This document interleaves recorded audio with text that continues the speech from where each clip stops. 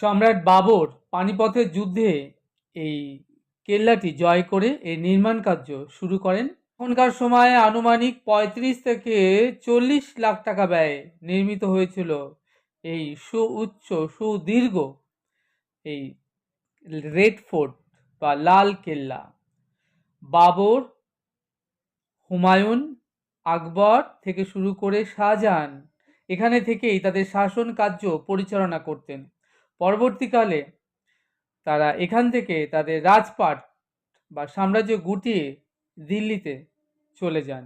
আমাকে দেখতে পাচ্ছেন, আমি শ্যামসুন্দর আপনাদেরকে আগ্রা রেড ফোর্ট ঘুরিয়ে দেখাচ্ছি। ইব্রাহিম লোদির বংশ থেকে মোগল বংশ, মারাঠি বংশ হয়ে ইংরেজদের ৩০০ বছর শাসনকাল থেকে স্বাধীন ভারতের ইতিহাসের পাতায় সাক্ষী হিসেবে স্বর্ণাক্ষরে জলজল করছে এই আগ্রা